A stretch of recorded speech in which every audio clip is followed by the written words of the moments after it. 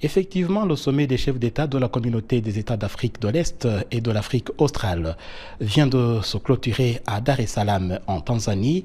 C'est un sommet qui a connu la participation de plusieurs chefs d'État des deux communautés. Il y avait notamment la présidente de Tanzanie, pays hôte, le président du Kenya, le président du Rwanda, de l'Ouganda, de la Zambie, de la Somalie, le président de l'Afrique du Sud et bien sûr le président de la République démocratique du Congo qui était, lui, en visioconférence depuis Kinshasa, la capitale de la RDC. À l'ouverture de ce sommet, les chefs d'État qui se sont exprimés et se sont montrés fortement préoccupés par le conflit qui a repris ces derniers temps à l'est de la République démocratique du Congo, insistant sur l'impact que ce conflit a pour toute la région, que ce soit l'Afrique de l'Est et l'Afrique australe. Et pour commencer, la présidente de la Tanzanie, Samia Suluhu Hassan, a souligné que les chefs d'État des pays de deux communautés ont l'obligation de résoudre ce conflit, de contribuer à la résolution de ce conflit, parce que s'ils ne le font pas, l'histoire va le leur demander.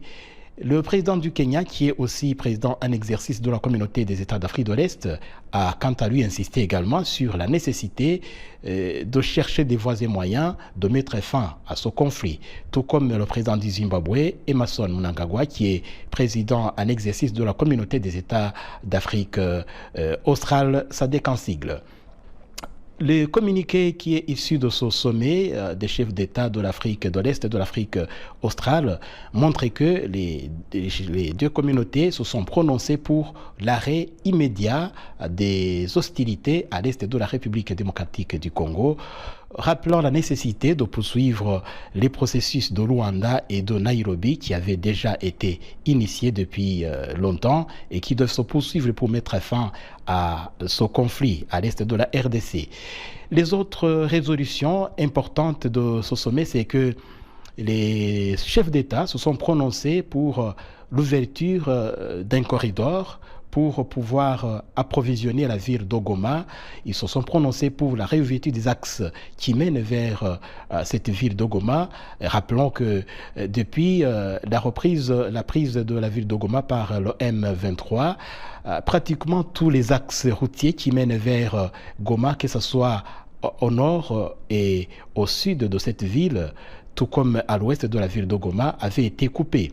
Ce qui fait que l'approvisionnement ne pouvait pas se faire facilement.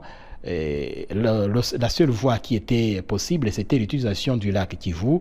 Mais là aussi, depuis la prise de Goma, la circulation sur le lac Kivu avait été bloquée. Alors une autre voie qui restait, c'était de passer par le Rwanda, ce qui n'est pas aussi facile. Le sommet s'est prononcé également pour la réouverture de l'aéroport international d'Ogoma qui est fermé depuis que les rebelles du M23 ont pris la ville de Goma.